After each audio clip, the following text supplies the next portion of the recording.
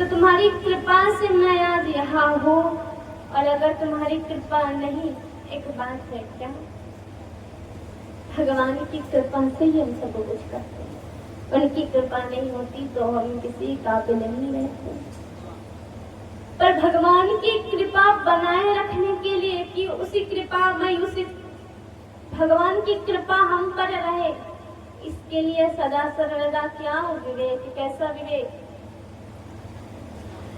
Plane रहता है ना, प्लेन जब उड़ता है तो जमीन से होकर उड़ता है।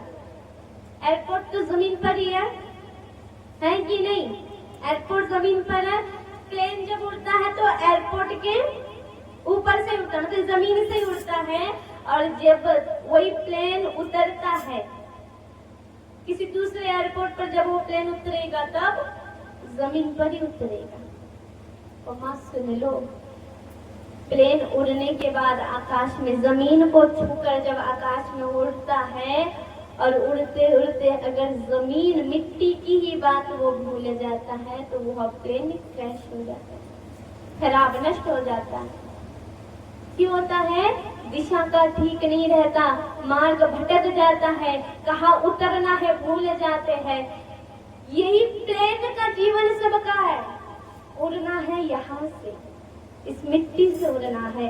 इस मिट्टी से उड़कर जाना कहा, आसमान में उड़ना है। पर आसमान में उड़ते उड़ते सदैव स्मरण रखना है कि जिस दिन उतरना होगा इसी जमीन पर उतरना होगा।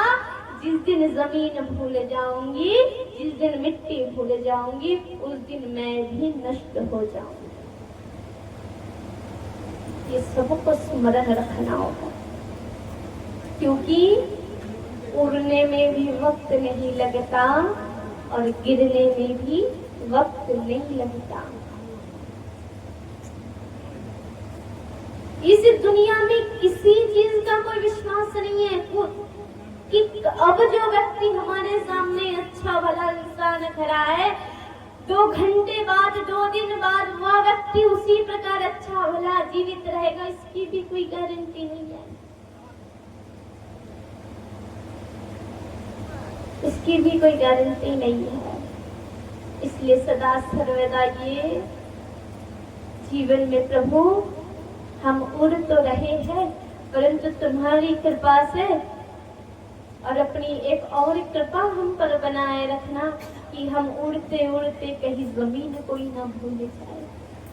क्योंकि हमें पता है कि जिस दिन उड़ते उड़ते हम जमीन को भूल जाएंगे ना, उस दिन हमें नष्ट होने से संसार की कोई शक्ति नहीं रोक सकती, कोई नहीं रोक सकता। तो आज यही भाव का वर्णन कहते हैं, प्रभु मेरी एक ही तमन्ना है सावर बिहारी। आगे बड़े भाव से क्या कहते हैं? तू पास जिसके रहता, अर्थात है प्रभु तुम जिनके पास रहते हो उसके जीवन में आनंद ही आनंद, सुख ही सुख।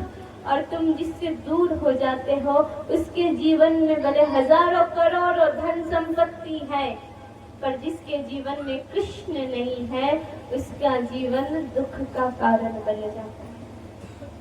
तो तुम जिसके पास रहते हो उसके जीवन में केवल उजाला ही उजाला, केवल प्रकाश ही प्रकाश। पर तुम जिससे दूर हो जाते हो उसके जीवन में केवल अंधेरा ही अंधेरा। आगे बड़े भाव से क्या कहते हैं? प्रभु मैं तो केवल तुमको रिझाना चाहता हूँ। और केवल तुमको क्यों रिझाना है? केवल तुमको क्यों रिझाना है? संसार को नहीं रिझाना, संसार के लोगों को नहीं रिझाना।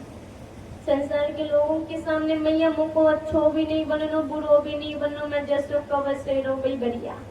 पर मुझे अच्छा केवल तुम्हारे सामने बनना है।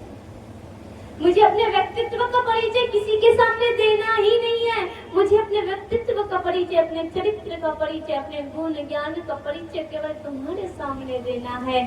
मैं केवल तुमको रिझाना चाहता हूँ।